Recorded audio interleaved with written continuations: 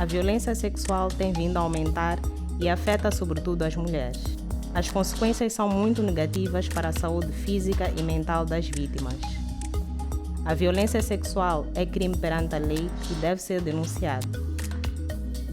Falar da violência sexual na cidade de Maputo, em termos quantitativos, seria difícil de mencionar, porque nós temos uma grande lacuna em termos de base de dados e temos várias portas de entrada. A polícia é uma porta de entrada, há casos da entrada através da polícia, mas há situações em que as vítimas recorrem às associações e casos ainda que as vítimas levam mais tempo ainda para denunciar, o que dificulta todo o processo de prova que é necessário, não é, para classificar e, acima de tudo, registar aquele ato como um ato de violência sexual. Agora, em termos qualitativos, nós podemos afirmar que, a nível da cidade de Maputo, principalmente nas áreas periurbanas da cidade de Maputo, nós temos tido várias situações de reporte por parte de famílias, amigos, de casos de violência sexual. Agora, os fatores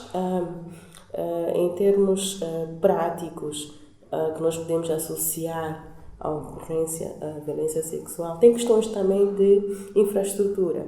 A maior parte desses bairros se caracterizam em termos físicos, por falta de urbanização, falta de saneamento, o arruamento é extremamente precário, são mais becos do que ruas alargadas, as casas são extremamente degradadas, o acesso a serviços básicos é extremamente precário. Tudo isto facilita a ocorrência de crimes. O que nós percebemos é a existência de alguma cumplicidade também entre quem devia proteger, não é, e quem tem poder naquele local.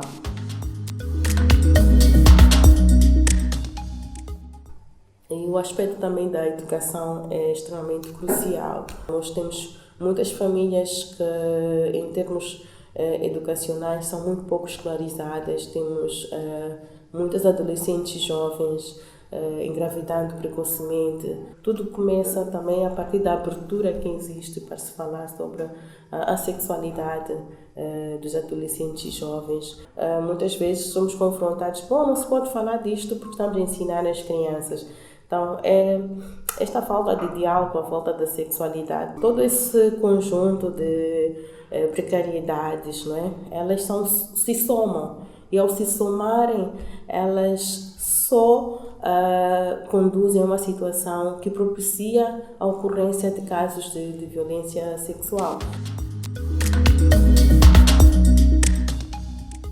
Que programas de fato existem no nosso Ministério da Juventude e Desportos que é pensado nas juventudes e como é que são construídos esses programas e que colaboração a sociedade civil pode oferecer? É preciso fazer perceber ao próprio jovem também o lugar da instrumentalização em que ele se coloca, não é? E é preciso fazer perceber o Estado o lugar da precariedade, não é, do coletivo de jovens que está a ter. Então, não é bom que um Estado não seja fiscalizador, que não acompanhe, não é, a dinâmica da juventude. Essa fragilidade de manter jovens distraídos, isto não dignifica nenhum Estado. Temos casos em que as pessoas dizem: eu estava bêbado, não me lembro. Ok, pode até ser uma fuga, mas que a pessoa cometeu consciente. A violência sexual, ela se cria, não é?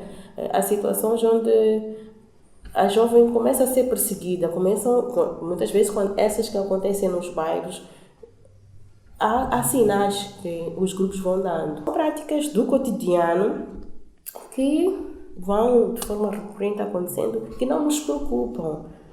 Não nos preocupam, mas nas histórias que nós escutamos, muitos atos de violência sexual começaram por ali. Chamou para dar um docinho, depois chamou para dar um sorvete, chamou para coisa, começou depois a terceira mão, depois disso não diz nada ao pai. Há casos muito próximos que nós recebemos de raparigas e até de crianças que sofreram violência sexual, onde os pais contam os episódios justamente neste ciclo, né?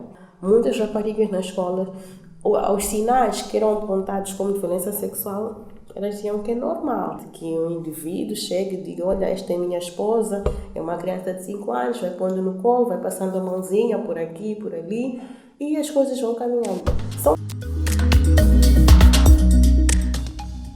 Nós temos esta oportunidade, enquanto sociedade civil, de fazer este exercício coletivo. Quando nós estamos a atuar, pensar de forma holística. Se eu tenho um recurso metodológico já produzido por uma organização como a Pathfinder ou a Wills, eu não vou produzir mais. Eu vou tomar este material que já existe como material para ser usado, se a quantidade que existe não é suficiente, reproduzindo, não é? Justamente reforçar o trabalho coletivo da sociedade civil, tanto no âmbito geográfico, no âmbito de instrumentos de trabalho, no âmbito da advocacia, porque em todas as dinâmicas de fenômenos que nós trabalhamos, nos leva à violência sexual.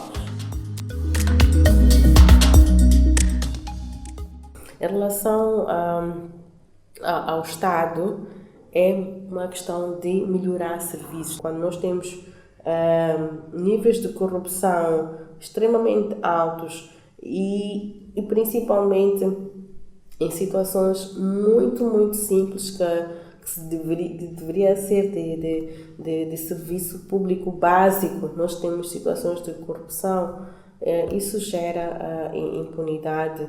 E ali as pessoas acabam ficando cada vez mais descrentes em relação ao próprio sistema de justiça. Quando falamos dos tribunais, todo um sistema, parece que estamos a falar de algo muito distante da realidade das pessoas, justamente porque as pessoas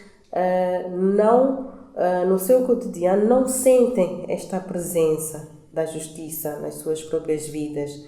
Então, reduzir essa distância implica necessariamente que nós tenhamos uma polícia mais atenta a responder aos interesses da população e uma polícia menos agressiva na sua primeira reação e mais educativa. Tem pouco preparo para ser educador e isso gera medo nas pessoas. No lugar das pessoas terem medo, as pessoas deviam ter a polícia a confiança logo a priori, saber que eu estou numa situação de perigo, eu vou me socorrer da polícia.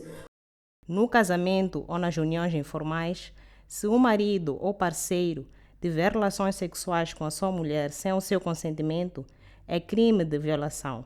Deve ser denunciado. Se os agentes da polícia ou da saúde não atenderem corretamente às vítimas de violência sexual, também devem ser denunciados. Para tal, se for necessário, deve-se buscar ajuda das redes de amigos ou de organizações da sociedade civil. A impunidade dos criminosos deve acabar. Se cometeu um crime, deve ser castigado. Chega de impunidade. Defendamos o direito das mulheres à sua integridade física e dignidade.